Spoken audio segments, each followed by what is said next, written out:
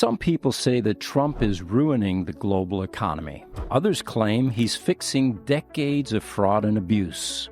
People have questions. Does he know what he's doing? Will his policies work on the world stage?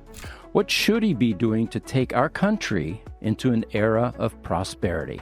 In this video, we'll examine Trump's style and tactics and break down where his strategy fails and how it could be improved.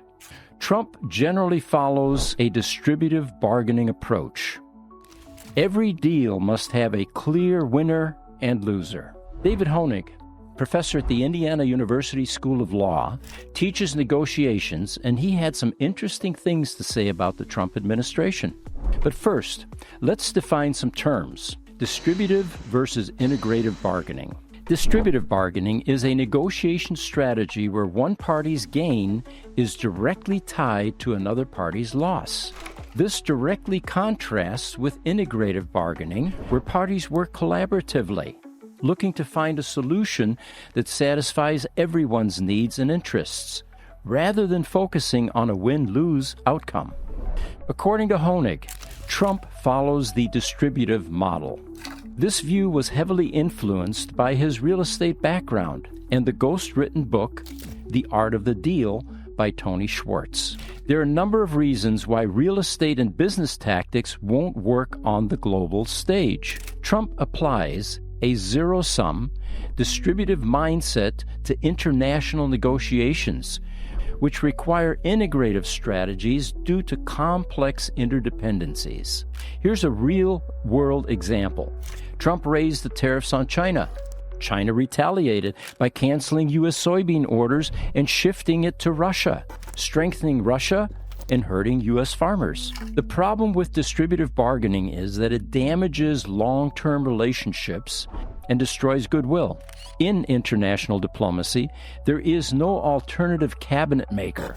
Countries like Canada, China, and Mexico can't be replaced. In short, some partners are too valuable to treat as disposable. Trump ignores the obvious fact that those other nations have multiple options, weakening his bargaining power.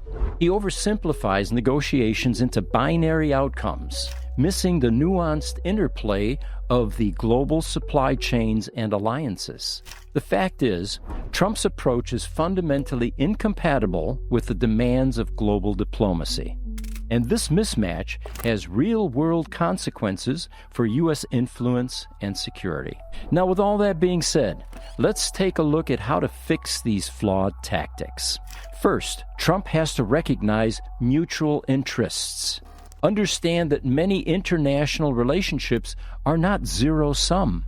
Trade, security, and climate negotiations can and should produce win-win outcomes. Trump needs to build value, not just extract it. He needs to look for ways to expand the pie before dividing it, such as through joint ventures, collaborative standards, or long-term trade agreements. We should be embracing complexity and acknowledge the global ecosystem. Accept that countries have multiple trading partners and alternatives, which changes the power dynamic. Think beyond binary choices. International decisions are not limited to yes-no outcomes. Prioritize long-term relationships. Foster goodwill. Treat allies and rivals as ongoing partners rather than one-time opponents. Avoid punitive tactics that burn bridges. Every tough negotiation should leave the door open for future cooperation. One thing I've learned over the years is to leverage expert advice. Listen to diplomats and economists who have spent their careers navigating global interdependence. Create diverse advisory circles with people who understand the nuance of each region and sector. Be strategic, not reactive. Stop acting on impulse or optics. Develop layered strategies with contingencies, alliances, and feedback mechanisms like other major powers do. Communicate predictability and trust. Avoid erratic behavior that undermines negotiation and credibility. Build trust with consistent messaging, honoring commitments, and showing understanding of others' needs. Don't have a take mentality. In short, act like a statesman, not a deal maker. Nations aren't buildings to flip, and diplomacy is not a poker game.